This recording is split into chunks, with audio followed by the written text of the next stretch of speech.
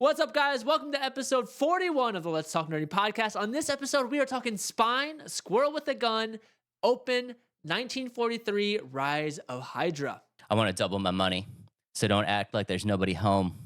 Quit playing God on your telephone. I have no idea of this one either. If I'm not back in 5 minutes, just wait longer. You are now tuned in to the Let's Talk Nerdy podcast.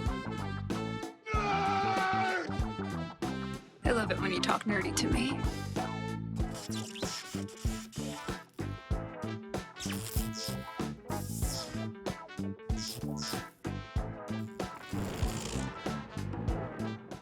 You're not going to know this one. Yeah. You're not going to know this one. But that is from a song called Loose Change by Royal Blood. And I'm absolutely digging that band. And there's one reason why. Adam, do you know why? Why?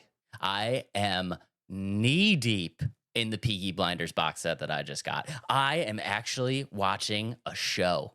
And I'm super excited about it. Yeah, you're not much of a show guy. That's pretty cool. Look at you, Dave. Not watching shows. Yeah, not much of a show guy, but for whatever reason, I got the Peaky Blinders box set, and I am just roped in. I am in I'm in season 4 right now, and each season has 6 episodes, each that are an hour long.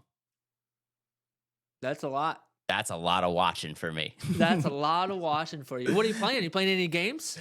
So I'm doing a little bit of Sekiro, as you know. And yeah, I'm super excited about the Sekiro play. So if you guys haven't checked it out yet, the Sekiro Let's Play series has officially started. I think at the time of this going out, we'll probably have 15 episodes live. But yeah, if you guys are a fan, check that one out because I am actually really, really super excited about that Let's Play series. And I'm not one, I'm not one to be like, this is a walkthrough. I say in every single one of our Let's Play series, this is not a walkthrough. This is just a Let's Play.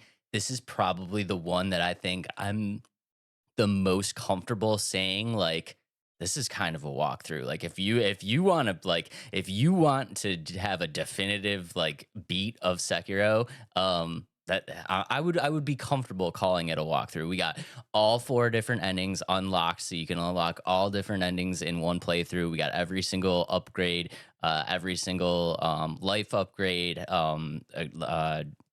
strength upgrade. We beat all bosses, all optionals. Like it's complete. If you want to beat Sekiro 100%, take a look at that. So Dave is cruising through right now, and you can kind of tell. So Dave sometimes does struggle with some of these characters, but he is mauling them down. Like you said, he looks confident in what he's doing. It's pretty fun. So yeah, check that out. I think you have 10 up right now, I believe, right? Yeah, I think at the time of this going live, we'll probably have 15, but there's definitely the first 10, and the entire series is done. So we'll get those out to you guys pretty quick. But yeah, I'm super excited about that, and I will. Little spoiler alert, I am so happy that we've got certain things on this playthrough recorded. There are some very, very, very hard bosses in that game, 3 of them to be exact, and 2 of them we one-clapped, and we got that recorded. So I'm super, super, super excited that we got those. Some of the hardest bosses that I think in all of video games just one-clapped. Recorded live on Let's Talk Nerdy, so I'm super excited to get those videos out. Yeah. How about you? I have been playing a couple different games since I was gone all week for I work with basketball teams, and we were in the national tournament, so that's kind of cool, right? We got to the Elite 8. Woo woo! Very, very cool. Congratulations on that. Thank you. Congratulations. It was really fun. Unfortunately, we didn't go all the way, but that's okay because there's always next year. They had us at the 15th seed. So the 15th seed going all the way to Elite 8 out of 64, like totally. I mean, like how it's split into 2 sides. Yeah. So we were the 16th out of 15th out of 16th. We had a great run. Unfortunately, we fell short. I think partially because the refs were really bad. And I'm not one, so I'm not supposed to be all into the game, but I was getting into the game with some of these calls. But you can't blame it on the refs. The team that they faced was really good. We only lost by 5, but the team we lost to was ranked number 1 throughout the whole season and the number 1 seed in the tournament. So like at the end of the day, people were like, "Yeah, you're gonna lose." So, but they had a good run. That's incredible. Congratulations, man. Yeah, I'm, yeah. I'm gonna say the 16th seed going to the Elite Eight is a win in my book. So 15th. 15th, yeah. Yeah. Well, either way, 15th. Yeah. The 15th seed going to the Elite Eight is a win in my book. So And we were close to not even making the tournament. It was such on the border, like, oh, are you guys gonna get in or not? And we ended up getting in. It was really cool. Very proud of the whole team. It was really cool. But what I've been playing on these trips, I started Harry Potter, like Hogwarts Legacy. It was already on my Xbox, and I just took it to our hotel room, and I'm probably about 15 hours in. I just completed the second trial, and I am actually really enjoying Hogwarts Legacy. I'm not the biggest Harry Potter fan, but I like a lot of like, it's a game that like every part of it, there's something to look at, there's something to find.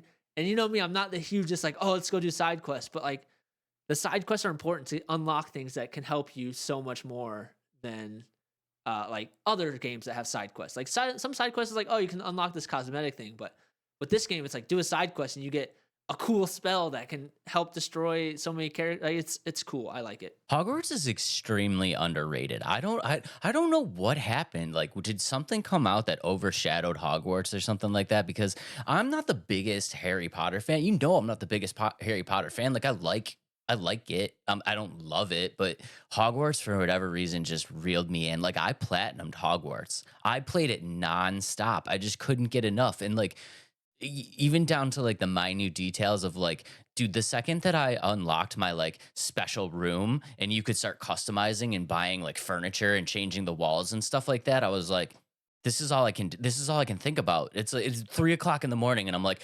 maybe the purple would look better with the wood. I'm like, go to sleep. I don't think it's underrated. I think it exploded so fast, and it's a game that doesn't have much after you beat it. You know what I mean? There's no DLCs. There's nothing. There's no replay value after you beat everything. And I think there's an update coming soon. I think in the summer. I could be wrong about that, but I'm pretty sure I saw that in like a tweet or something that Hogwarts is going to get an update of a little bit more content. So hopefully that adds to replay value. But I think it was so big for it was such a short timeline because there's so much you can only do, if that makes sense. But other than that, I'm loving it. I'm playing Dragon Ball Z Kakarot. Not loving it as much because like, I don't know. I think it's because I just binge watched it all, so I feel like I'm just watching the show over again. But I do like playing that. It's a lot of fun. And then tomorrow, Outpost Infinity Siege. You know how excited I've been about that. Or tomorrow would be 3 days ago once this video gets released. Once this video gets released, Adam will be 3 days deep in Outpost Infinity Siege. Yeah, so I'm really excited about that. There will be a review on that coming shortly after I get a lot of hours into it, so keep an eye out for that. And I will regretfully be 3 days deep in South Park Snow Day. No, come on. You might be pleasantly surprised, Dave. So yeah, Dave's going to be playing some South Park. Going to review that. So a couple reviews coming your way. Super excited about them. And now, Dave, let's get into our first game, Spine. We've already talked about it on this show, but what do you think of the gameplay? We did already talk about it. So guys, if you guys did not see that episode, this game looked really, really cool. And I think we both gave it pretty glowing reviews of just general excitement about the game and what it's being touted at as kind of a John Wick style gung fu third person kind of action adventure game. Has a little bit of a cyberpunk feel to it, but yeah, the combat looked really, really cool. You know, obviously I'm a huge John Wick fan.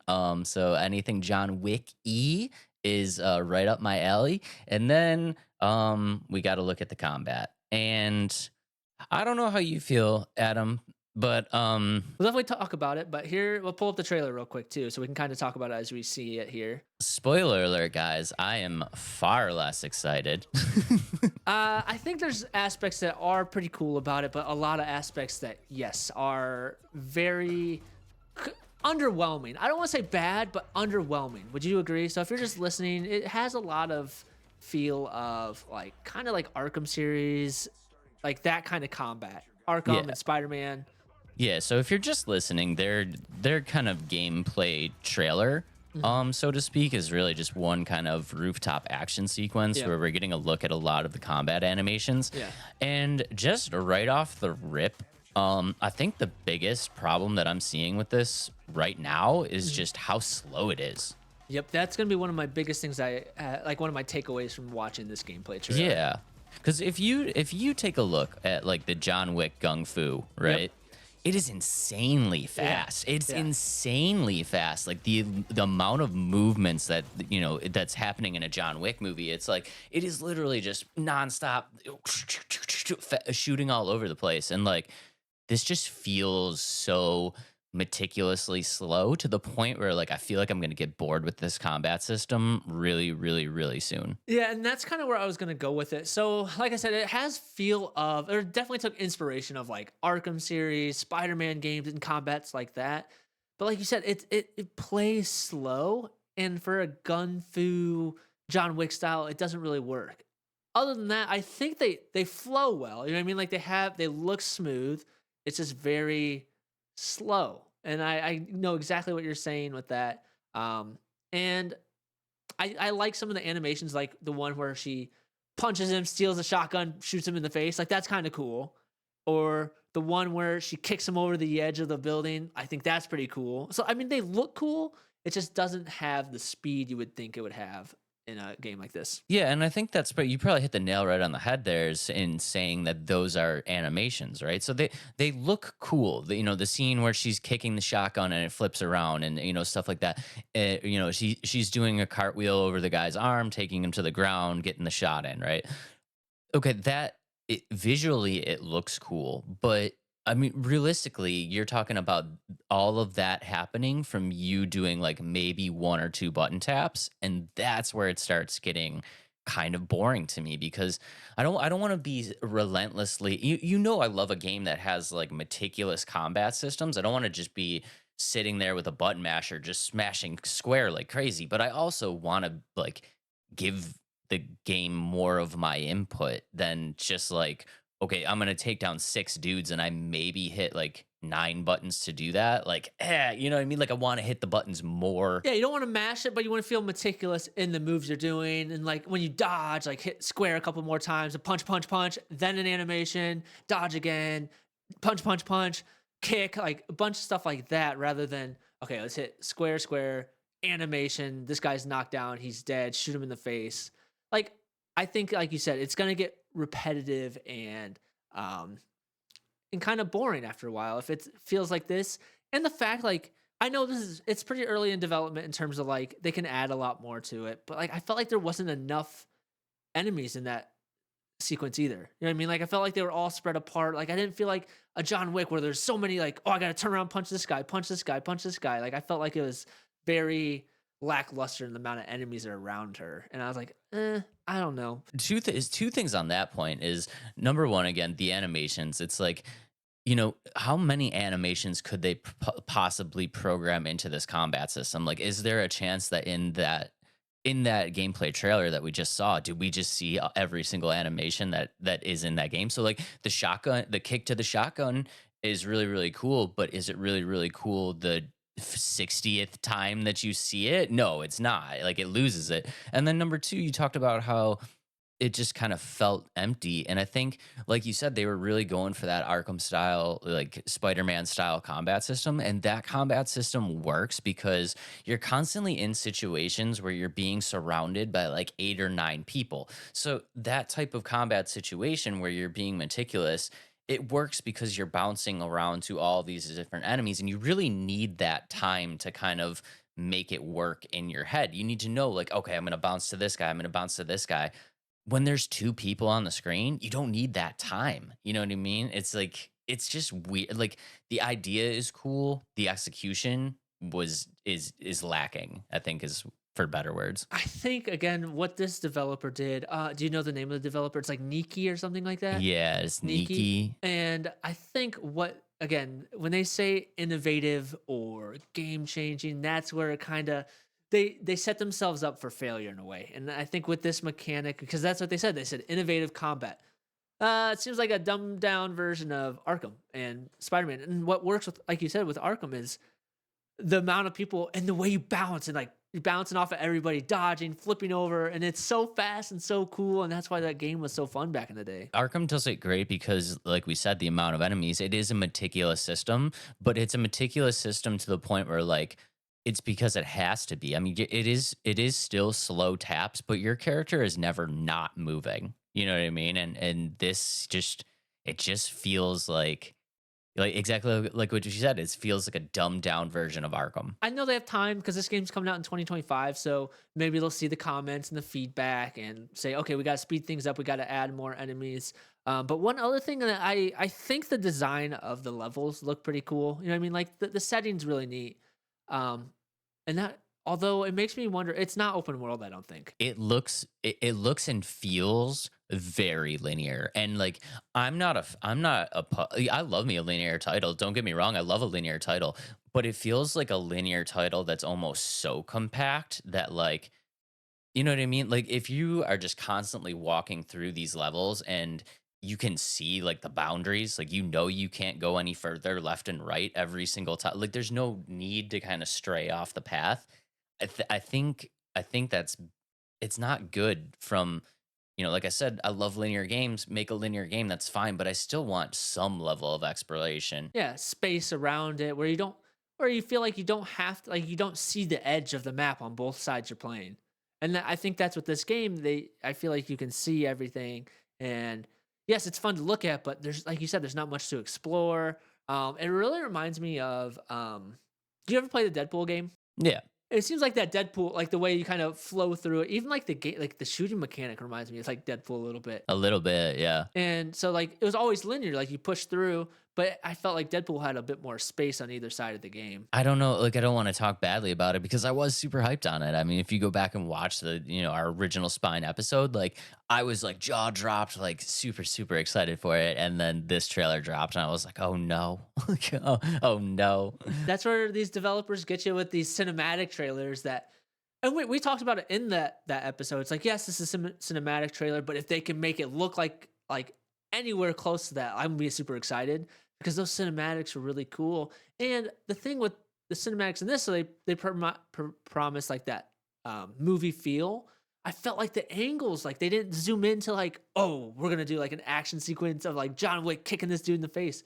I feel like if they were gonna do that, they should have zoomed into their face getting like shot, or you know what I mean. Like I felt like they didn't have that dramatic effect of the gameplay. I mean, like, I think you hit the nail on the head. There's no cinematic feel to this gameplay anymore.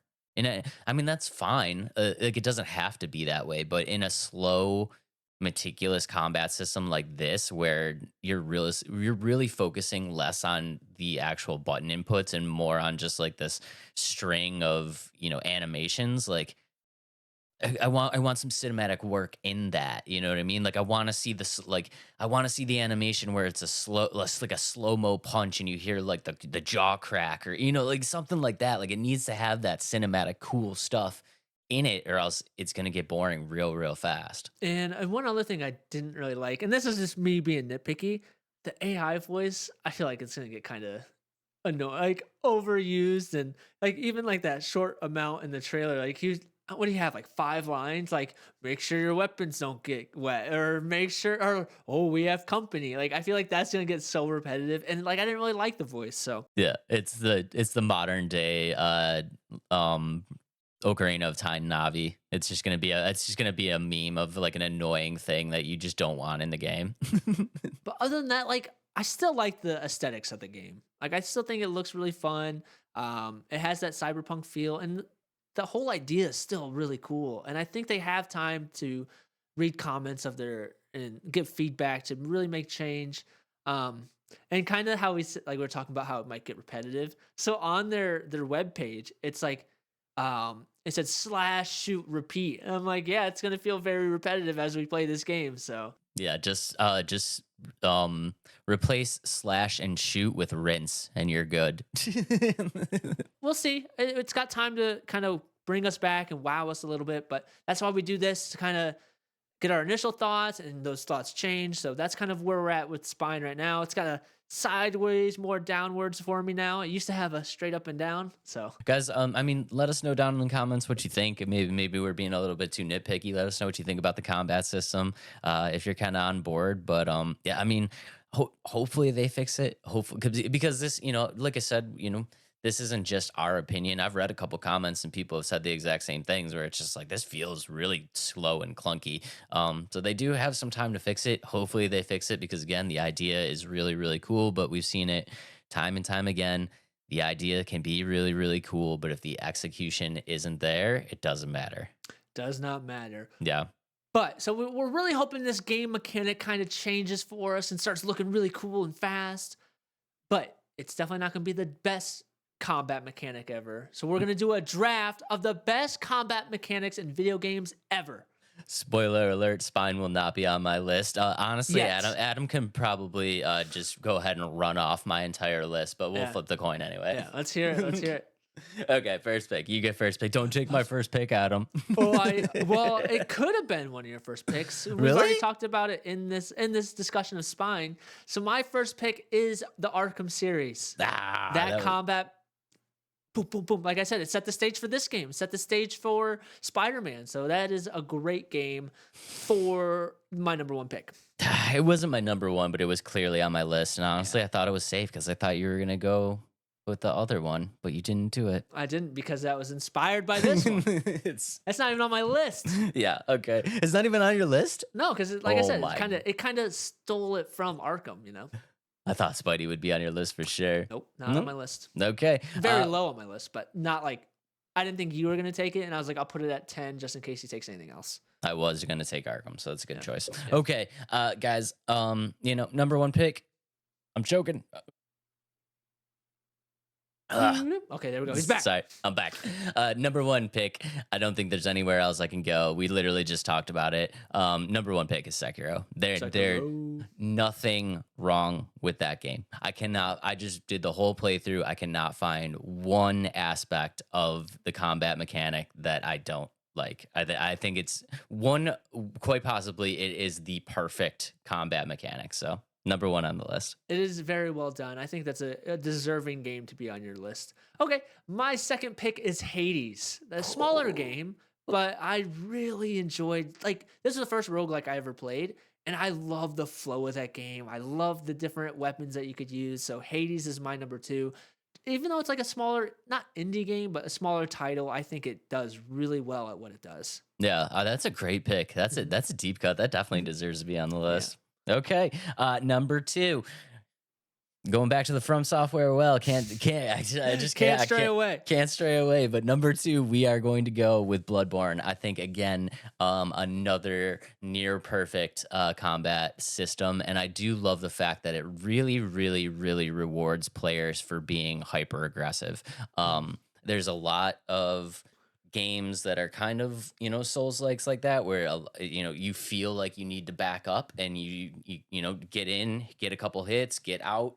That is not the case with Bloodborne. Bloodborne really, really wants you to get in there and just absolutely aggressively destroy these bosses. And I love that. I just love getting in there, guns hot, and just beating people down. Murking people. Yeah, I know you love. That's one of your favorite games of all time. So I expected to be on a list like this. Had to be on the list. Okay, my third pick is. Oh, you're not going to take this one. So my third pick is Assassin's Creed Valhalla. I'm not I didn't beat the game, but I loved the way the game played. It didn't play like the other Assassin's Creeds. I felt like it had a nice flow to it. Yeah. So that's why it's on my list. No, that's a great pick. That's a great pick too. Okay. All right. Number three on my list. I'm going to give Adam a break and we're going to ditch From Software for a second. And we are going to go to God of War Ragnarok. I'm sorry, buddy. God of War was on my list. I'm sorry. Sorry, buddy. I think it's I think they did the combat mechanic so good, man. Just going from the melee style to being able to throw how it fluidly goes from a melee style to throwing the axe to they did such a great job. I think they did a great job. I agree. Okay. My fourth pick, we already talked about this game at the beginning of the episode, so my fourth pick is Hogwarts Let's Legacy. go. Yeah. I think it's not so much a melee combat mechanic, but I think that the combinations of using the spells and like using them interchangeably and then having the ability to switch between the four, I think it was so well done. And then the animations or if you do like the ancient magic, the slam of the trolls, I think it was so well done. And I think that's why it's on my list. Yeah, no, that's a great pick. And shout out to whoever decided that we needed more skill like loadouts to be able to switch between, because that was absolutely Ooh. clutch. It was a game changer. Yeah, it's clutch. Yeah, that was Yeah. clutch. That's a great. I wish I could have one more. I have it kind of separated. And I wish I could have like a up and down or up left on my D-pad for one more. I think that'd be kind of nice. But other than that, it's really fun. And I think they do a great job with their mechanics. Yeah, no, that's great. That deserves to be on the list. Okay, number 4, we're gonna go back to Old Faithful, and we're gonna go Dark Souls 3. We got to. FromSoft. They're unmatched, dude. They're unmatched. They literally are unmatched. I would challenge people to create a better combat system than From Software. I really do. Yeah, I suppose I'll let you have that. It wasn't on my list, but okay. My 5th pick, I have 3 here that I really love, but I think my 5th pick is going to be Dying Light 2. That's a great pick too. I take it back. I don't want it. Bring it back. I changed my mind. My 5th pick is Horizon series. I think the bow and arrow mechanic is so much fun, and they do it really well. And I love the game. I love the story, and the mechanics of the bow and arrow and all the abilities is really cool. Dying Light, Adam gave you love for about 2 seconds. I've given Dying Light love on a bunch of these drafts, so I felt like I had to change it up. That's okay. That's all right. At least we gave him 2 seconds of love. Okay. All right, guys, to round off my list, we are going to go with a I have 2 here that I really want. You know what? I'm going to do it. We're going to go with The Witcher 3. I'm going to go with The Witcher 3. Ooh, I think The Witcher 3 had a great combat system. I think just being able to infuse all the different things that you can do in The Witcher 3 and then infusing that into a combat system was probably really, really challenging, because you have a lot of options in The Witcher 3 on how you want to attack certain things. And they somehow found a way to fit that all into one combat system and make it feel complete and feel not clunky. So I think they did a great job there. That's a good pick. Some honorable mentions that we have here: Dying Light, because I kicked it off my list. Borderlands. I really liked Borderlands and the way like their first person shooting and things like that. I felt like that was really good. Spider-Man. I know it's been inspired by Arkham series, but I think that was really fun. And then I know this is more of a platform fighter, and I know a lot of people hate this, like there's some of the mechanics in this, but I really love multiverses, like the mechanics in multiverses. I mean, I'm gonna throw it out there. I'm surprised you didn't put your Division on there. It's a little clunky, to be honest. I love the Division. It's a little clunky, so that's why it's not on my list. One other one that I think could have got on this list is the Guardians of the Galaxy game. Oh yeah, that's a cool combat system. Yeah, and then the fact that like using your team, but you're not the team, I think that's really cool. That's a cool system. Yeah, that's a cool system. A couple honorable mentions for me. We got Neo 2. We had to, of course, include Elden Ring on here, Nier Automata, and Wulong Fallen Dynasty. Okay, what about Kenna? Did you like that combat system? Not as good? Not as good. I feel like they did a good job with it, but the thing with Kenna is they tried to incorporate the parry system into the game, and it just never worked right. Gotcha. It just like, I know there's probably people out there that's like kind of works great. I could nail the parry every single time. I could not nail the parry for the life of me. I don't know if the parry window was just like so ridiculously small, or if I was doing something wrong, but I mean, it was a great game. It was a great combat system. Just for me, just couldn't get the parry. Not the list. Not on the list. Just couldn't get the parry locked down. Okay, I gotcha. Well, that's our draft of the best combat mechanics in a video game. Let us know who we didn't put on the list and what would be your list. We'd be happy to hear it. And yeah, time to move on, Dave. I know you're super excited about this game, and I've actually seen this game in the past. It got brought up in one of my streams. I don't know if it was in early access at one point. Did you see anything on that? So the game, for whatever reason, we got this kind of launch announcement trailer Hmm. nearly almost a year ago, like Yeah. maybe 9 months ago, somewhere it's 9, 10 months ago. But Squirrel with a then, gun. That's what we're talking about. Sorry, yeah, didn't of say which course, game. we are talking about Squirrel with a Gun. Ladies and gentlemen, Squirrel with a Gun. Take my money. I'm super excited. I'm super excited for this. But yeah, I don't know. We got like this announcement trailer like almost a year ago, like 9, 10 months ago, and then now they just put out another announcement trailer. So I'm not really sure if like maybe some things got delayed and they kind of just wanted to restart the process. But I think this is like the official announcement trailer now. I don't know either because I'm pretty sure this game was in early access at one point Was it? because it was when I was playing. We'll talk about this, but it kind of reminds me of Goat Simulator. But it was when I was playing Goat Simulator. Somebody's like, "Oh, you should look at Squirrel with a Gun," and I was like, oh, "Okay." And like I didn't think much of it, and I think it was in early access at that point. I think it's quite possible that I may have brought this up to you. It probably was you. I think it was you or our friend Penguin. It was Oh, one. Yeah, it was you. Both were in the same stream. I remember that. But so here's the trailer. absolutely in love. So, guys, if you are just listening, what we're looking at right now is the cutest little squirrel, and he's just kind of chilling, doing his squirrely things. You can see him like climbing around. And I love that they chose to have this voiceover in the style of Yeah, David Attenborough. yeah, Guys, if you don't know who David Attenborough is, he's the guy that voices like Planet Earth and stuff like yeah, that. yeah. Um, but now what we're looking at is a very rapid switch. And then the squirrel waves at this guy with a gun in his hand, shooting this guy in the face and the leg. And it's just like pure chaos at this point. He's got a grenade launcher. He is running away from different characters. He's got a little RC car that he I drives around. love the RC car. Oh And my now he's god, running dude! with a pistol, and Guys, he just, oh my gosh. okay, and guys, if you're just listening, I think one of the funniest things is like you may have an idea in your mind of what we're looking at, but just keep in mind that the guns are all true to size. It's Yeah. not like he has a little gun because he's a squirrel. He's holding like a normal sized gun Yeah. as a squirrel, and I think that makes it even better.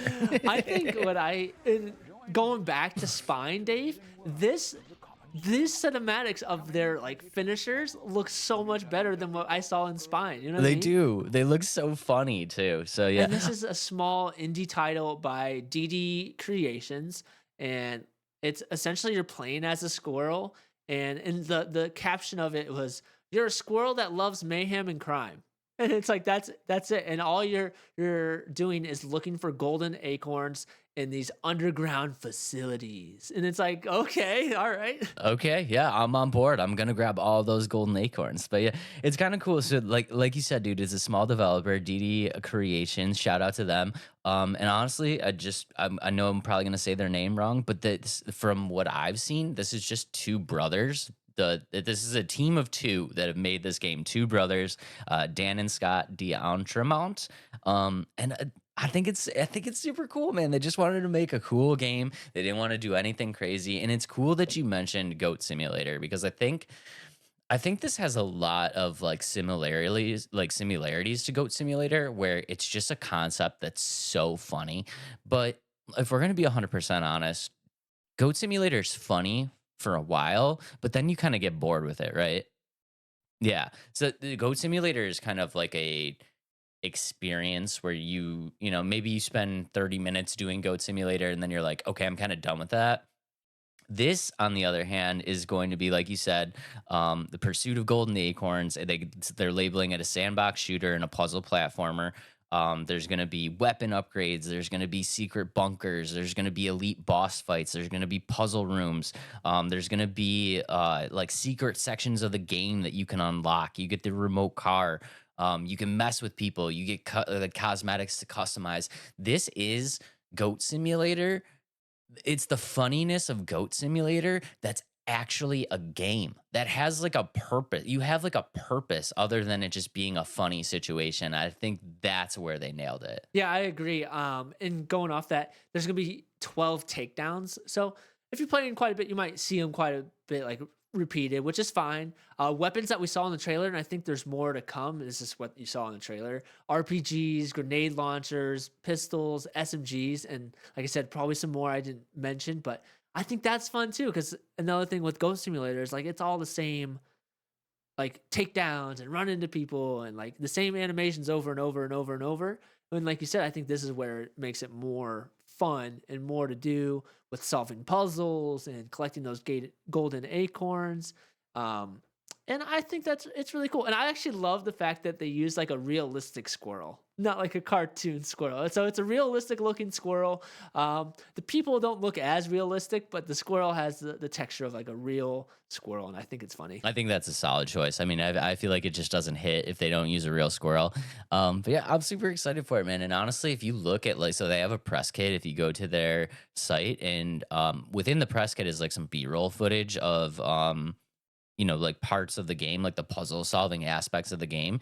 And I watched all the B-roll footage, and like the puzzles look really, really fun because it doesn't seem like it's too crazy. It's not like a crazy concept or like really hard puzzles to solve, but you as a squirrel, you're like doing squirrel things. So you're climbing up stuff and you're making these ridiculously crazy jumps and you're like tight roping beams and like the thing that they have in the B-roll is just you bouncing around this area and hitting a bunch of lights to like drop the security system.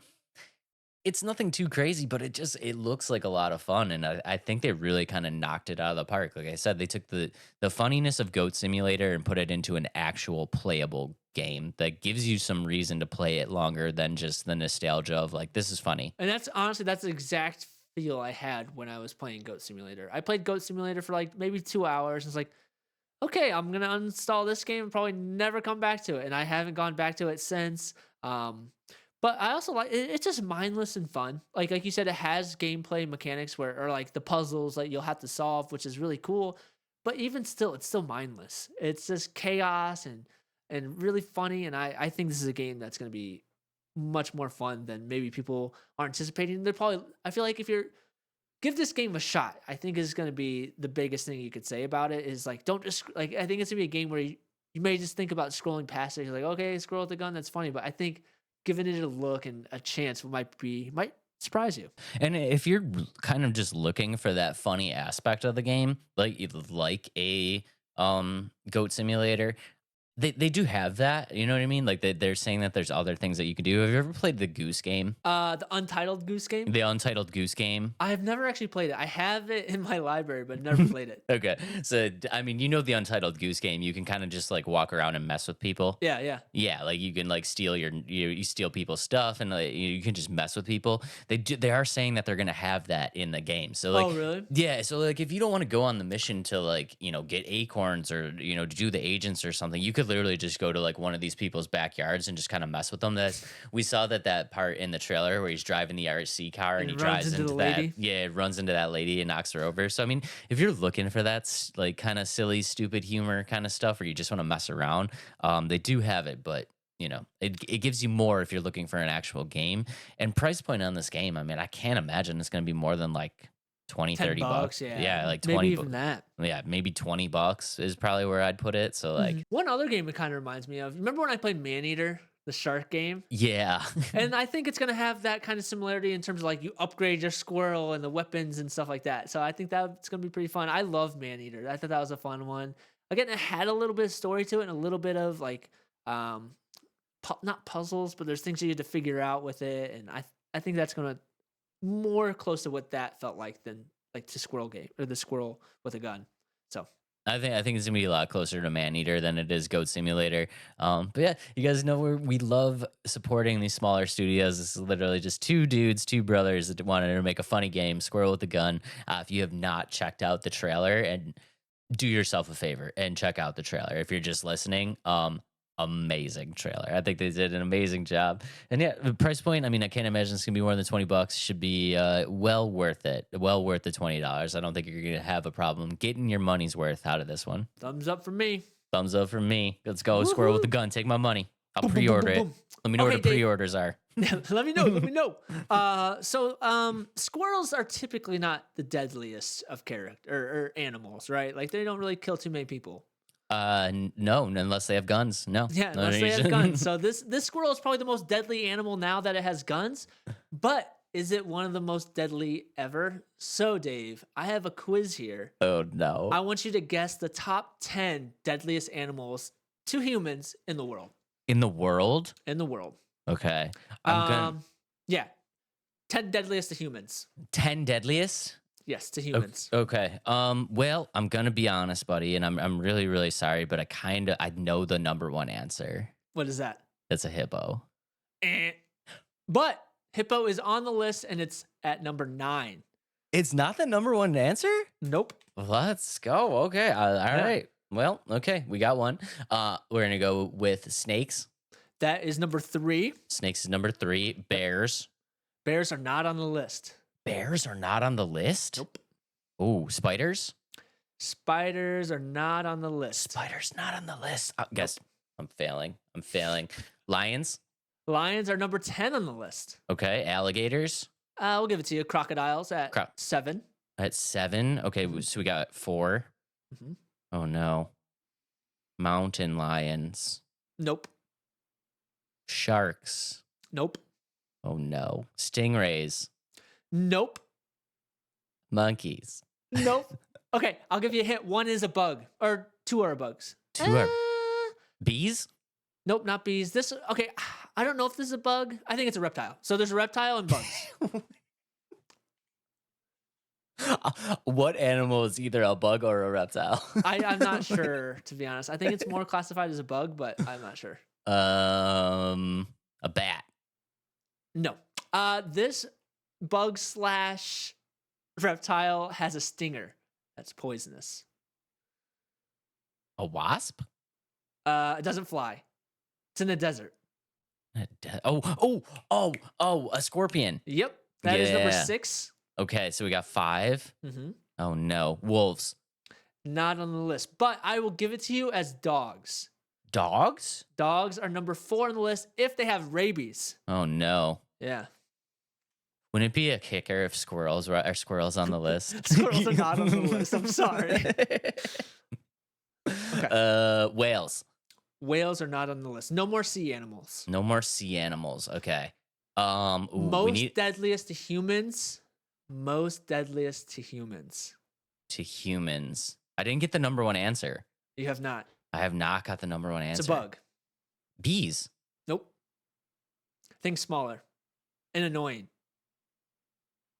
Ants. Think summer. Summer ants. No. Nope. Ticks. Closer, but no. Oh God. Think billions of these little things. Annoying. Gnats. A little more stingy. Fruit fly. No. West Nile virus. Oh, mosquito. Yeah. Oh They kill my God. 725,000 people a year. How did I not get mosquito? Yeah. Oh Okay, no. you have 2 left? 2 left. One is a bug and one is a large animal. A large. Land animal. Okay, a moose. Bigger. Elephant. Yes, that is number 8. Let's go. We got All one right, left. One the left. last one, and it's a bug. I don't think you're gonna get it. Praying so- mantis. Nope, I'm gonna give it to you. Number 5 is assassin bug.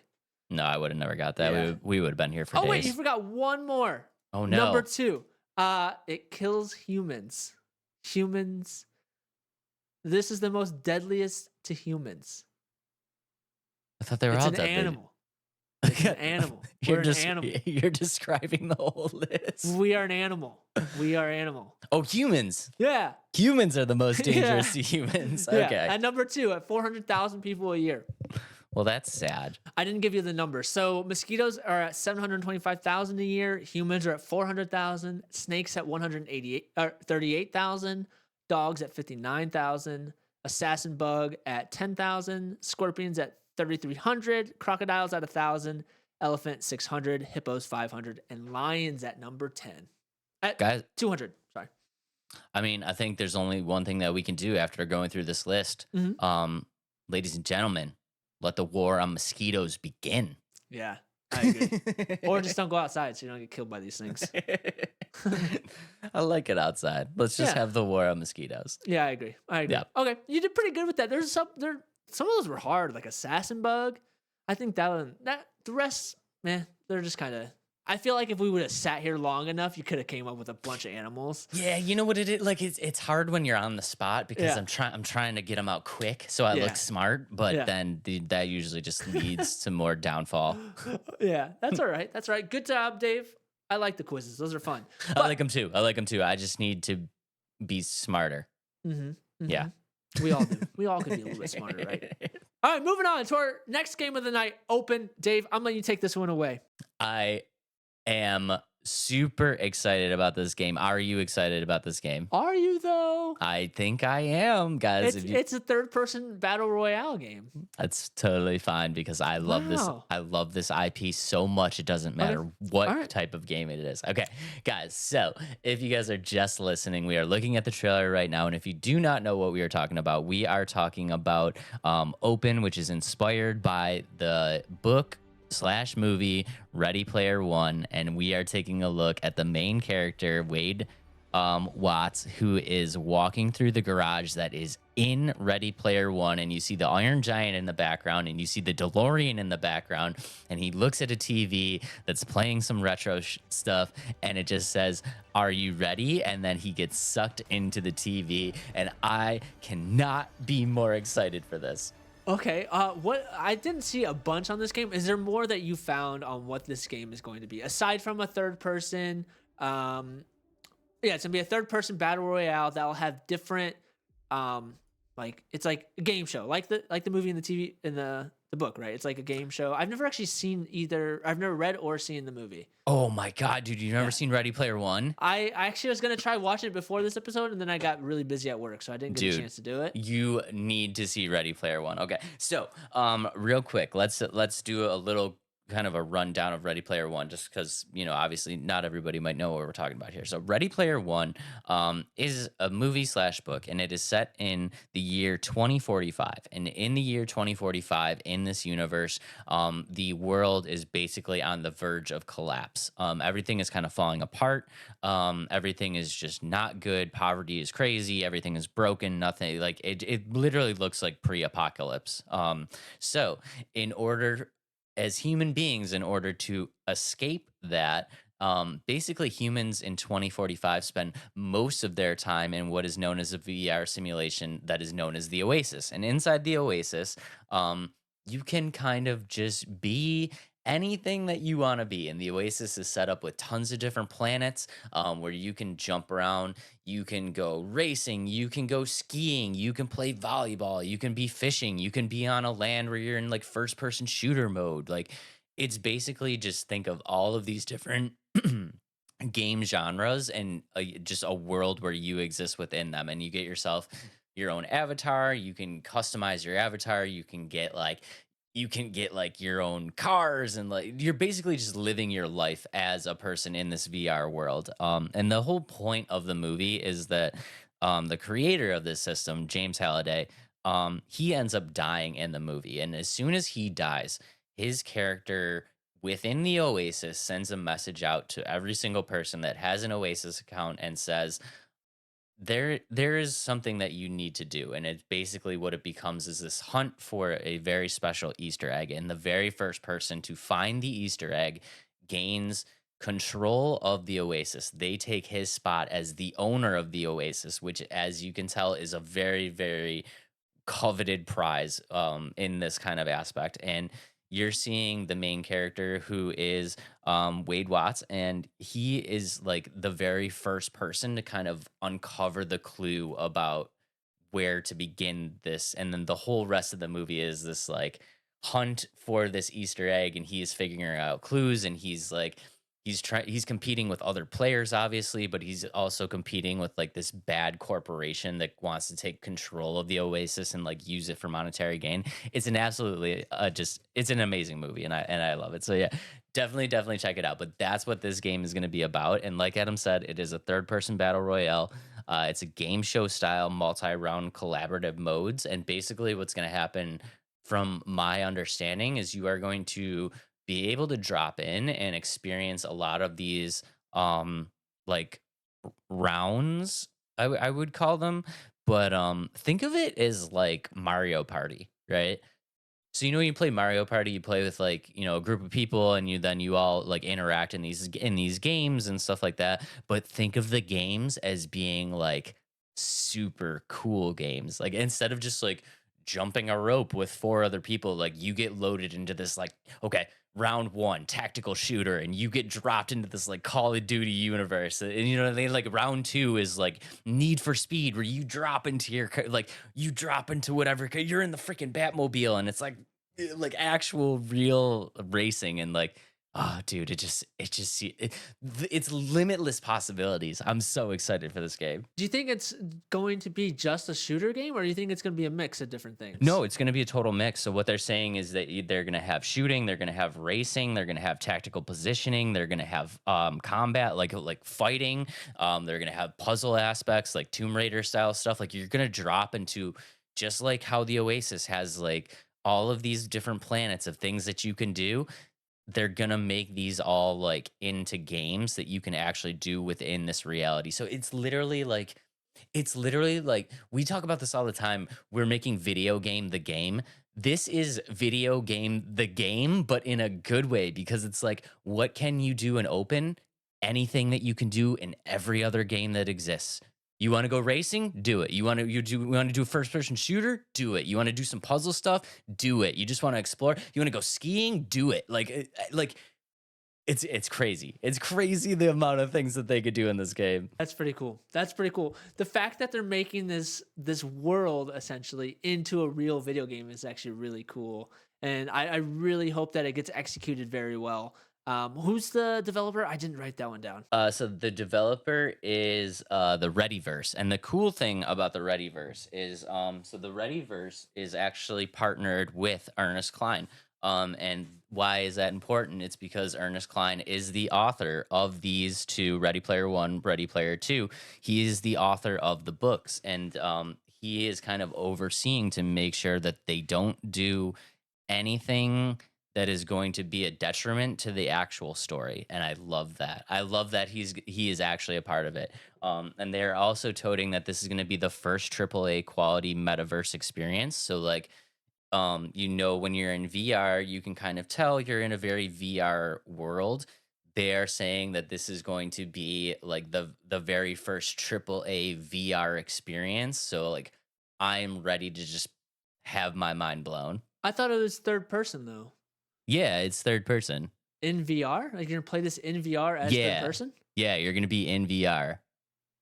I'm confused on how that's gonna work. So I I'm mean, wearing my goggles, right? You're wearing your goggles, yeah. And I'm in third person. I mean, there's probably aspects where you jump into first person, but I think for the most part, like the combat systems and stuff like that is gonna be in third person. I'm so confused on how that's gonna work, to be honest. Because when you're in VR, you're typically in first person. I don't know a game where you're in VR in third person. Are you sure this game's VR? I mean, that's what they're saying. They're toting it as the first AAA quality metaverse experience. Metaverse. Do you think that's more of like just like having like maybe like not the VR metaverse side? You know what I mean? Like a virtual, like an alternate reality, like a digital reality, but not VR. It would be weird if this experience wasn't VR, wouldn't it though? I don't think it is VR like at all. I think it's you drop in and like you have this metaverse, like these things, like it's metaverse, but not VR metaverse. I don't know. I'm confused on what that means now. Okay, you just confused me too, guys. Let us know down in the comments if you guys have any insight on this. But I just feel like, I mean, this is a game inspired by living in a VR world. It would just feel off if it wasn't VR, wouldn't it? That's where I was confused on why you were excited about this game, because it's a third person battle royale game. Like I think it's specifically just third person. I mean, I might have just like ruined your day. no, I'm still gonna. I don't Okay. care. I don't care what it's on. Dude, I love the IP that much. I do not care what it on. But that is definitely interesting. It's a game that's built on the VR experience. So I just feel like it would be off if it wasn't in VR. It would be, and then so I just pulled up the description of it. Yeah, all it says is a third person battle royale experience, open will be hero experience. Doesn't say anything about VR aside from enter opens immersive multiverse. So I think it's just gonna have different IPs in different games. So they're saying like there's multiverses in that aspect. Hmm. Okay. And I Interesting. don't. And it is funny. One of the comments says it would be crazy if this doesn't support VR. Right. I mean, I thought that was kind of a given. Oh wait, and now it's saying it's literally VR only. I don't know. I think it's supposed to be a third person flat screen. I think that's what it is. I would just really assumed it was VR. It would be so weird if it wasn't VR. Yeah, and it's coming to Xbox, and Xbox doesn't have VR, Right. so I don't think this game's gonna be in VR. Okay. Well, Well, either you're way, still excited. I'm still excited for it. I mean, that's fine. Yeah, I just think Um, it's limitless possibilities. I agree. Just the amount of things that you can do in that game is so sweet, and like what I'm really excited for is just like the Easter eggs. I'm Yeah. so excited for all of the Easter eggs that are going to be floated throughout this metaverse, and like Mhm. I hope they don't go like so in your face of like, look at this Easter egg. You know what I mean? Like I Yeah. hope they're true Easter eggs where you like find this thing and it's like you gotta know, like you gotta know what you're looking at. You know Yeah. what I mean? And because it's gonna mean so much more to the people that get it. You know what I Yeah. mean? Yeah, it's gonna. You want them to be meticulous. You know what I Yeah. mean, like you'd have to like not work for it, but like you said, you want to know like, oh, I know what this is. I know what this is from. So I think that'd be really cool. Right. But only time will tell once we start getting a little bit more gameplay and seeing what the game's actually about. But I don't think it's VR, which I think it would have been cool if they did like a VR version of something like this. Yeah. I mean, like honestly, I'm sorry, guys. I guess I should have done a little bit more research, but I just Yeah. assumed that it would be a VR experience. It's an entire IP. That's the whole, yeah. Yeah, it's an entire IP just built around living in a VR world.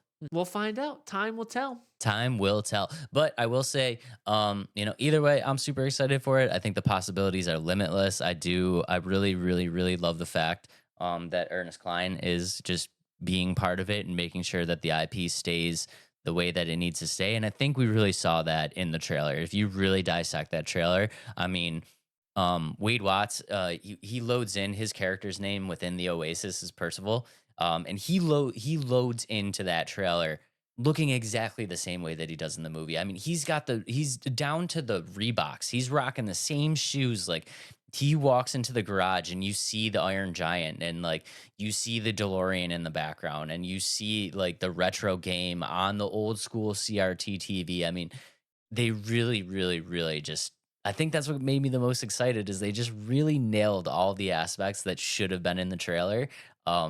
They did perfectly. And I hope that they continue that throughout the gameplay. Is Ready Player One kind of like a better version of the new Jumanji games? You know what I'm talking about? Like where it's like Jumanji was a video game and you know what I'm talking about with Kevin Hart, The Rock, that Jumanji? I haven't seen that Yeah, Jumanji. I kind of avoided that one. I avoided that one too. I don't want to ruin my taste of Robin Williams. Is that Yeah, his name? R.I.P. Robin Williams. But Yeah. yeah, nobody's gonna do it better. I'm sorry, Kevin Yeah. Hart. I didn't even Yeah. watch it. Yeah. But no, I mean, I think it's like the basic premise of it is again, Holiday dies and he kind of like leads you on this quest, and the quest to find these Easter eggs is you need to find 3 separate keys that are going to unlock this door that holds the Easter egg, and that's where this idea of like you can do anything like these kind of like game show style trials is that in like it's not going to ruin anything, but the very first trial that Wade Watts kind of figures out and he gets the first key is a race, right? So that's where like that's where the race aspect kind of comes in, and it's so cool because like the aspects of these things is like it in this VR world you can literally have anything you want and you can put all of these separate IPs in it. So it's like they're driving through like this cool like race setup and like people are driving like the Batmobiles in there, like like there's a part in the race where King Kong is swinging on the buildings and like jumping through and like pounds the streets down. It's like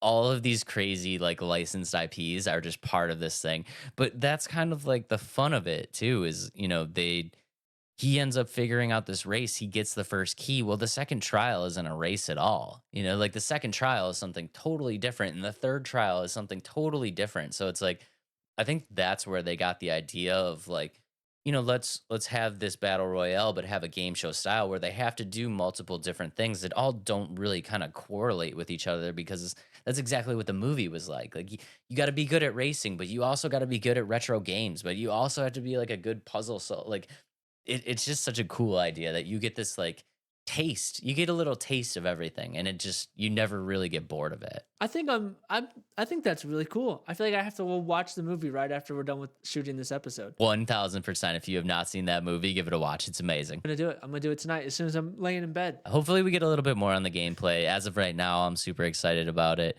I think everything that we've seen so far looks pretty good. And once we get our taste of the gameplay, that's going to be the telltale sign. But as of right now, double thumbs up for me. And if I had a third thumb, it would be up. Here, you can have mine. There you go. Triple thumbs up from the I'm Let's just Talk Nerdy podcast. unsure on what it is right now, so I don't have a big idea of where I want to put it. And I think watching the movie is going to help me have a little bit more excitement to it, if that makes sense. So I think once you watch the movie, yeah, you're gonna probably be a little bit more excited because just think of yourself as Percival being able to load into this like VR oasis and just think about all of the things that you would do and like all of endless possibilities. It should be so sick. endless possibilities of things that you can have in this world. Okay, guys, so that got us to thinking, of course, in this new VR oasis, if we were rich and VR money did not matter, what are the top items that we would have living in virtual reality? Is that good? I like it. Like it? I like It's it. such a hard way to introduce that. Yeah.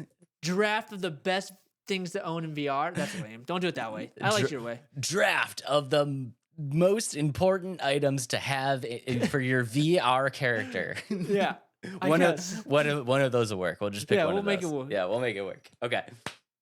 Oh, I got my first pick. I'm gonna be completely honest. I think since I haven't seen the movie, it kind of like threw me like, I don't know, Dave. Like, what do I want in a VR? Like, I don't know. So I got a good list now. Okay. Yeah. No. Okay. He might be at a disadvantage because he hasn't seen the movie, Yeah. but it's probably a good reason that it's a good way that I'm going first because it might kind of help explain a little bit. So, with my very first pick, you know that my avatar is going to have a sweet ride. So I am, of course, taking the 1989 Michael Keaton Batmobile. There you go. You can have it, Dave. You can have it. I went a little different with my list, to be honest. I have one like thing that's from like an actual IP, and it's a weapon. So my first pick is a cliffside mansion Ooh. looking over the water. I thought that'd be kind of cool if I could look at something. I feel like looking at something in VR is always really cool. So if I owned a mansion in VR, that'd be really cool. Oh, like if you own the Xavier School for Mutants. Yeah, or Tony Stark's house on in Malibu. Tony Yeah. Stark's house would be sick. That Yeah, would be that's so what sick. I mean. So Now I'm looking at my list and I'm a little worried because I didn't include housing. you can throw it in there now. Dang. Okay. A All right. volcano base. Ooh, volcano. Dr. Evil's volcano base. yeah. Welcome to my underground lair. Okay. Next up on my list, I am going to go. Well, you know, in a VR world, you're going to need some badass weapons. So, for my weapon set, I will be taking Castor Troy's gold-plated V12s from Face Off. That's a good one. That's a good one. Love those guns, dude. They're so sick. Okay, weapon wasn't my next choice, but I think I'm gonna do it in line with yours. So my second pick is the ray gun from Call of Duty Ooh, that's a good as pick my too. weapon. That's like a it. sick pick. That's a Yeah. sick pick. Okay, next up on the list, you guys know my avatar is going to need a sweet outfit, so I'm going to get with my number 3 pick, John Wick's all black 3-piece suit. That's a good one. My avatar is That's going to pretty be poo tasty. Dripped out. My avatar is dripped out. Okay, my third pick. My third pick too. Yeah, obviously. Yeah, third pick. My third pick is a little bit more of a different way of transportation. A jetpack. Jetpack sick. That's a good idea. Yeah, I thought a jetpack would be really fun. That's a solid idea. Mhm. Your list is pretty good for not for knowing saying what I was for doing. saying you didn't understand the assignment. I really didn't.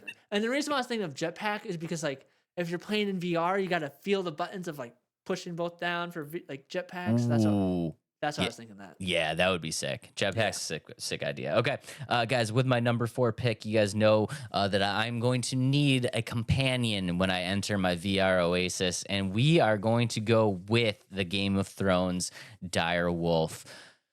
Dude, I love VR me already. Could you imagine me stepping out of the Batmobile in John Wick's suit with my Castor Troy gold V12s and a freaking dire wolf at my side? I am such a badass. It sounds like you're gonna have your own movie right now, Dave. I like it. I love this. I love Yeah. this so much. Okay, this is where I think my list kind of steps off from where yours is. That's okay. So in my mansion, I think I need somebody to help me while I'm there. And so my 4th pick is an AI butler. Ooh, that's a good idea too. Or kind of like an Alfred to be like my companion in terms of like help me get stuff done. Yeah, like an Alfred. Yeah, like an Alfred. That's so Alfred amazing. is my 4th pick. That's a solid pick. That's a solid pick. Okay. All right, guys. And to round off my draft, we are going to go with the Dragon Zord. Just in case, like I said, we got out of the Batmobile, we got pistols in hands, we got a nice looking suit, dire wolf at our side. But if stuff really hits the fan, really hits the fan, Dragon Zord. Okay. All right. My final pick is a nuke. Oh my God, you're brutal. I'm just kidding. That is not my 5th pick. But I think that imagine having Adam's key. done. He's taking away the VR Oasis from everybody. Yeah. So that's what I was thinking. I was like, if I wanted to have all the power in the game to nuke the metaverse, like that's what I'm gonna do. You are brutal, bro. I'm just kidding. I'm not gonna have a nuke. My 5th pick is a pet tiger. That's where I was actually gonna have my 5th pick. That's a solid idea. But imagine having the key to having a nuke of it destroys the game and like everybody loses everything. Oh, that'd be crazy. Bro, could you imagine if we're getting out of my Batmobile and you have a jetpack and we're rolling in with a dire wolf and a tiger? Get out of here, dude. Nobody is touching us. And then I have a switch to a nuke. Just kidding. No nukes. No nukes. That is fun. Dude, my list was so crazy. Okay, a couple honorable mentions here. The list is limited to 5, and I kind of went with what I felt was like necessities, but we do have some fun stuff, dude. Like, what if you just got the hoverboard from Back to the Future? That'd be cool. That would be sick. The Master Sword from Zelda, Darth Maul's dual blade lightsaber, the Tron light cycle, and the jump boots from Super Mario. I think because I've played a lot of VR. Like I was trying to think of things like with my jetpack and my ray gun. Like I want to like essentially feel the buttons, and so I feel like driving a car. Like I don't know. I was kind of like, or how would I do a hoverboard? You know what I mean? Like how would you feel the hoverboard if you only had the controller? But if you had the full like have you seen the VR treadmill things? Yeah. I feel like if you had that, it's a different story. See, I think, and I feel really bad because if I knew that you didn't see the movie, I would probably have done a little bit of a different draft here. But again, watch the movie; it's amazing. But the thing about the VR in the movie is it is not. Don't think of it as just the goggles, right? So a VR system in 2045 for the Oasis, you literally have the goggles, but you have an entire suit. And It's you like are haptic feedback all over the body. Haptic feedback all over the body. You're standing on a multi-directional treadmill, so you're like actually running, actually shooting. Like if you get shot in the Oasis, you feel that in your suit. Like it's much more of an immersive experience than just like dropping on the MetaQuest. Okay. Yeah. My list would probably been a lot different. Because I was kind of going with things that like I felt like I could use with controllers. Yeah. And like, so petting my tiger with my hand and having my cliffside mansion to look outside. But okay, I get it now. Guys, Adam's going to watch Ready Player One, and then we will rehash this draft on the next episode and see if things changes once he gets a look at what the movie's all about. Yeah, I think so. But moving on to our last game of the night, we kind of talked about it before in the past, and that is 1943 Rise of Hydra, the new Black Panther Captain America game.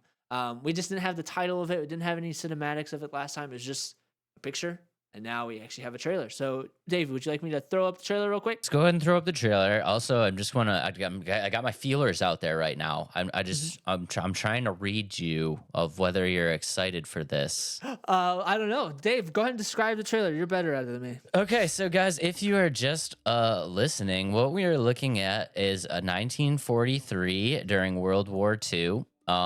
And we'll go ahead and just throw this out here real quick. This is actually inspired by the comic books, and we'll talk about that. But we're looking at Captain America right now, and basically what we're seeing is the story is unfolding where Captain America is kind of like America's secret weapon in the fight against the Nazis. And we're getting some looks at Black Panther right now, too. And the situation that's being described in the trailer is that both Captain America and Black Panther are in this 1943 location. And they are both technically good characters, but they are not working together. And for some reason, they kind of don't want each other there. So it's this weird situation where it's kind of like Captain America and Black Panther versus the Nazis, but also Captain America and Black Panther versus themselves, versus each other. And I mean, cinematic wise, like it looks pretty good, but outside of that, I really got nothing for you. So I mean, if you're excited, let us know, because I'm about to just. You're about to drop some bombs on this, Dave? I'm gonna drop some bombs on this. Okay. Going into it, like Dave said, the cinematics of it look really cool. I think that they do a really good job. And so I watched the Unreal Engine showcase where they were talking about this, a State of Unreal or whatever it's called. And they showed some really cool things about what they're doing with like the detail and the things that new capabilities of Unreal. They broke it down, and some of that is really good. Like they're doing really well with that kind of stuff. But I kind of think I know where Dave's kind of going with some of this. So if you're haven't seen much about it, this is created by Skydance New Media. Saw it in the trailer. And the creative director is Amy Hennig, and she's responsible for the first 3 Uncharted games as well, which are very good games. A lot of people love those games, love that IP. So I think that is a huge positive, having somebody so good with that, if that makes sense, having somebody that has experience with these kind of games and really immersive third-person action adventure games. And what she kind of claims in that State of Unreal, she says everything you see in this trailer is in the game. And I'm like, well, yeah, it's still cinematic. You put cinematics in the game, and like, so it doesn't really give a good look at some gameplay. I think there's a couple moments where it was like snippets of like very cinematic, like it was gameplay, like your mechanics are moving, but I don't think it was like actual gameplay mechanics, if that makes sense.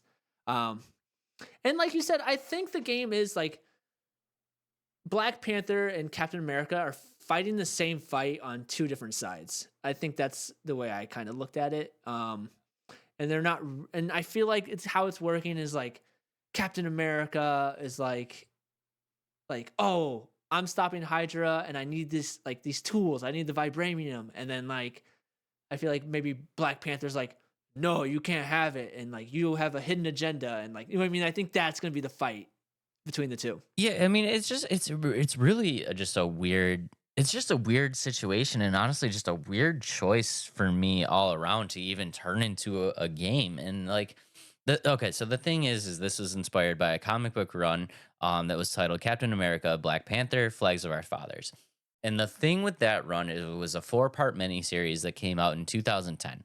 And in that miniseries, Captain America is, like we said, America's kind of secret weapon in the war against the Nazis. He's being controlled by Nick Fury, who sent him over there. Now, on the other side of the coin, and I don't even know if we can say this. Can we say this? Do you know what this is about? The No. Nazi leader. Can we say that? Can we say it? Yeah. Yeah, about like, it's about the Red Skull, right? No, the real Nazi leader. Oh, let's not say it, but we all know who we're talking about. Okay, yeah. So this is like referencing the real Nazi leader from 1943. Which, number one, like, why would you even bring that media into it? Right. And basically, I don't know because in the trailer description and things I've read, it says this is an original story. Like Skydance's new original story. I mean, if it's an original story, they're following the miniseries pretty good because because basically what happens, maybe the original story is the fact that they're kind of removing that aspect of it, which would make sense because there's really no need to bring that up. In the trailer, it also says that there's three super soldiers, so I think it's gonna be a Red Skull. Red Skull is definitely going to be in the game. Yeah. So in the series, the real Nazi leader of name, which we will not mention, is mad that the missile program on their side is way behind schedule, and they need resources in order to kind of get up to speed and get to where they want to go. And of course, the metal that they need to source is vibranium, which can only be found in Wakanda. So that's what brings Black Panther into it. Is that they go there, then he starts. They start trying to do their thing, and Black Panther obviously protects Wakanda. And then once they retreat, Black Panther is kind of under the assumption that it's just going to keep happening. So he now goes to where this game is taking place to kind of handle the situation on himself and keep them away from Wakanda.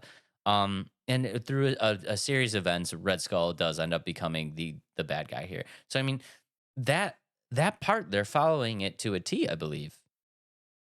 Yeah, it seems like they're following it to a T. I think you're probably right, and they're probably just changing a couple things. Like it's an original story inspired, like you said, it's inspired by the media or the comic miniseries, and they're just changing some things about it. Okay, Because the same exact thing happens in the miniseries is that in the first part of the miniseries, they it's the introduction of Nick Fury and Captain America being given his brief where he needs to go over there. He's the secret weapon. Then it cuts to the Nazi leader and this whole spiel about how they're not doing good, and then the movements of Wakanda, and then Black Panther comes into it. So I mean, it's literally following it to a T. hmm And then halfway through the miniseries, we get the quintessential we're fighting the same fight. no, it's the quintessential like I have to fight you, you know what I mean? And you saw that moment in the trailer where Captain America and Black Panther start fighting each other. And then in the latter part of the miniseries, then we get the quintessential stepbrothers like we have to work together. You know what I mean? We're fighting the same fight. This is it. Yeah, exactly. So it's like it's hard for me to get really excited about this because it wasn't a successful miniseries. Like the comic book wasn't a successful series. No, nobody cared about that comic book series. You know what I mean? It kind of came and went under the radar, and nobody thought it was like anything great.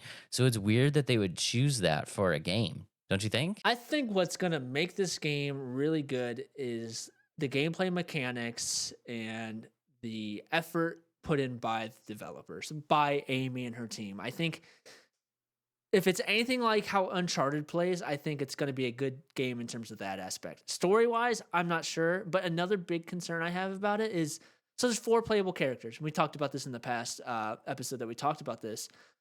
I don't know why you'd want to play as any other 2 characters aside from Black Panther or Captain America. Like, I don't know. Like, I have a feeling that it's going to be forced character choice. Like, you have to play as these characters because I'm like to me, like I would have no reason to be like, yeah, I'm gonna play as this Howling Commando or this Wakandan soldier. Like, I don't feel like I'd want to do that. I think and again, I think you hit the nail on the head. I don't think you're gonna have a choice. I think it's gonna be story driven, and at certain points, you have to be certain characters. Yeah, which I'm fine with, but like I just think if it's an option thing, I'm never gonna play as the Howling Commando or the Wakanda spy. Like, there's no chance. no, but you're gonna have to. Yeah, I think there's gonna be moments within the story you have to, but I wonder like there's gonna be.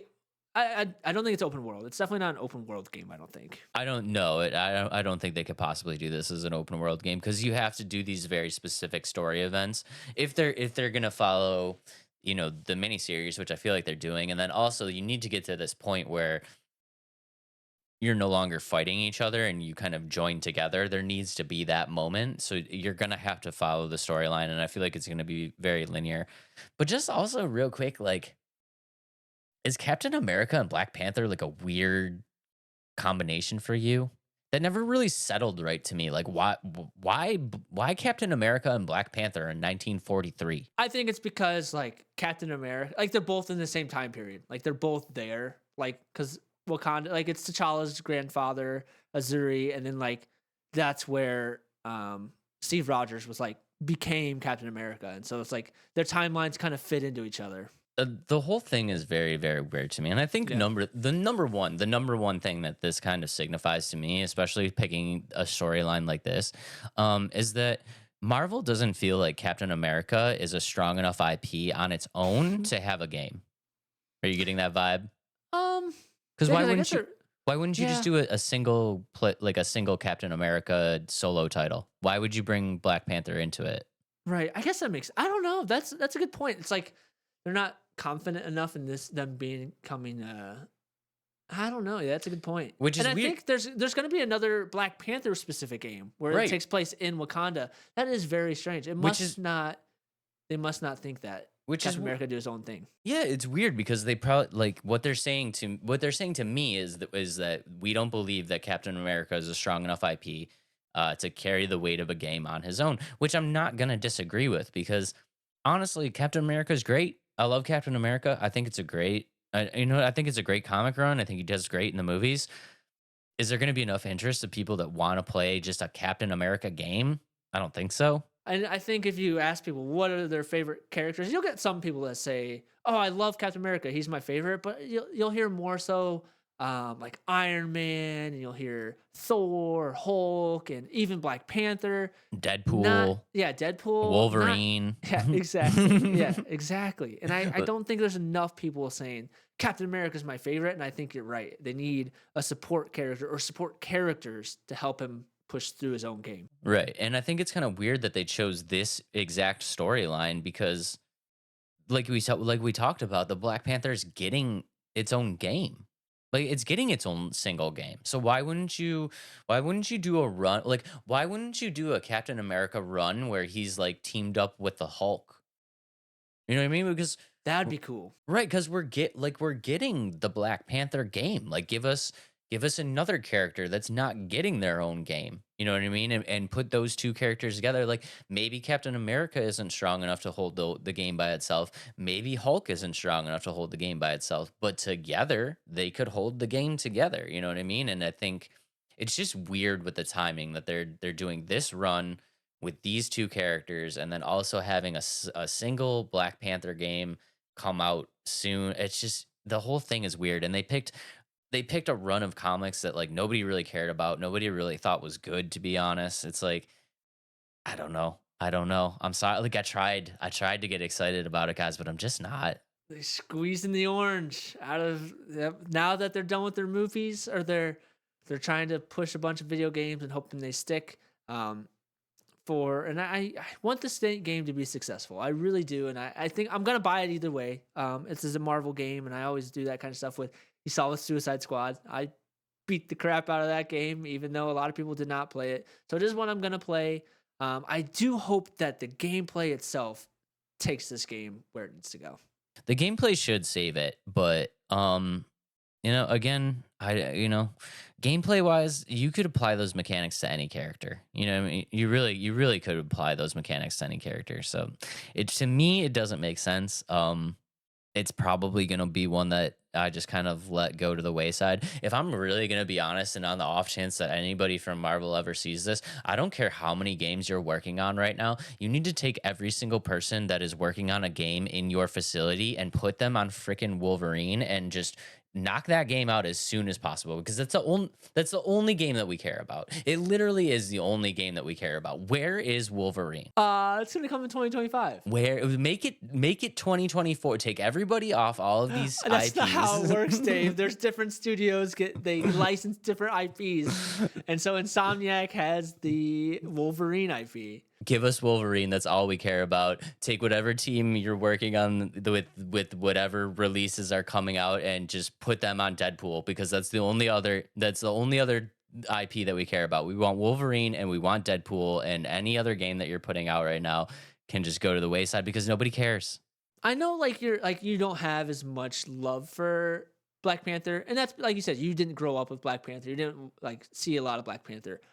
But I think the standalone Black Panther game, I think, has so much more possibility than this game.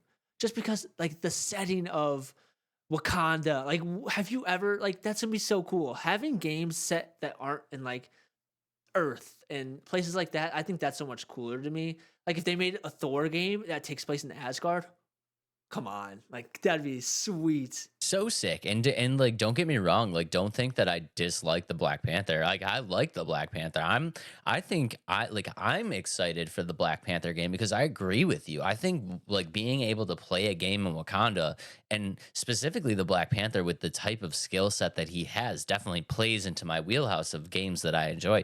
I'm just saying it seems weird to me that like we all know that Marvel is just kind of like squeezing the juice right now. And it's like, dude, are you gonna just like what if your goal is to make money, right? Just give us what we want.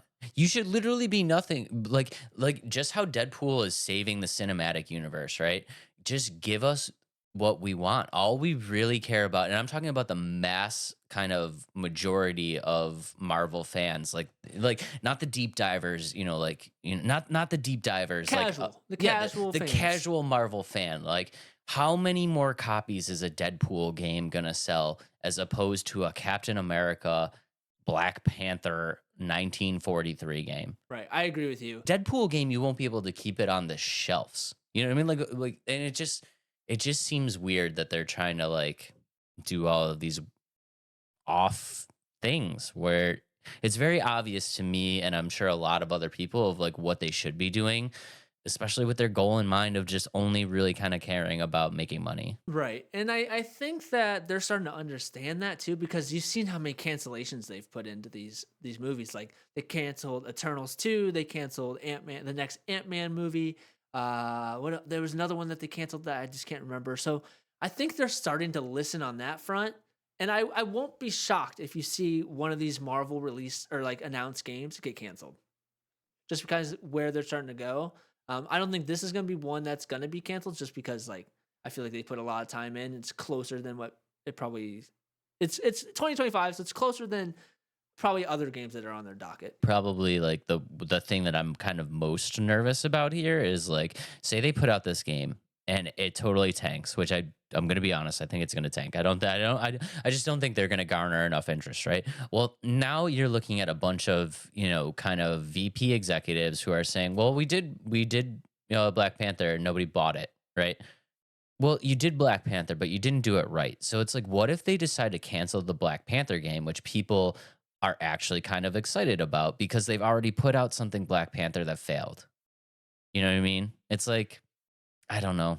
It's just a weird Marvel is just such a weird situation. Disney and Marvel is just such a weird situation. It's like I don't understand why they just don't understand what the fans want, because to me it's just so blatantly obvious of what they should be doing, and it's just like they never do it. They just never do it. They do not. And I hope that, like I said, I'm hopeful, and I'm an optimist with this kind of stuff just because I do love Marvel. I want it to do well. I want all of the like Marvel to do well, and I'm glad they canceled some of the bad stuff that was supposed to be coming. But so hopefully they're starting to learn what that the formula is. So I mean, as of right now, guys, don't get me wrong. It doesn't look bad. I don't have anything glaringly bad to say about it from a game, like a video game standpoint.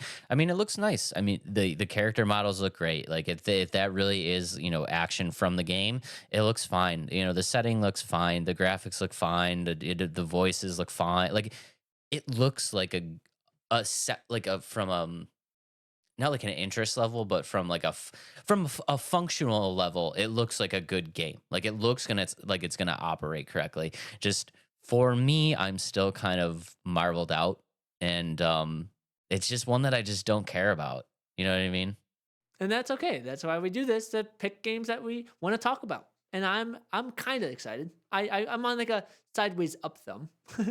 If you guys are excited for this game, I am excited that you're getting the game. I really am. And I don't think it's going to be a bad game. And I don't think people are going to, buy the game and be like, oh, I wasted my money. Like, this is not even play. Like, it's not going to be like that, especially coming from the studio that made Uncharted. Like, Uncharted is a great game. It's a great series. It functions great. It's going to be fine. Just honestly, for me, man, I'm just like, I'm still a little marveled out. Like, the announcement of Deadpool, the movie, I don't care. I don't care about anything else from the cinematic universe. I really don't. Just let me know when Deadpool's done.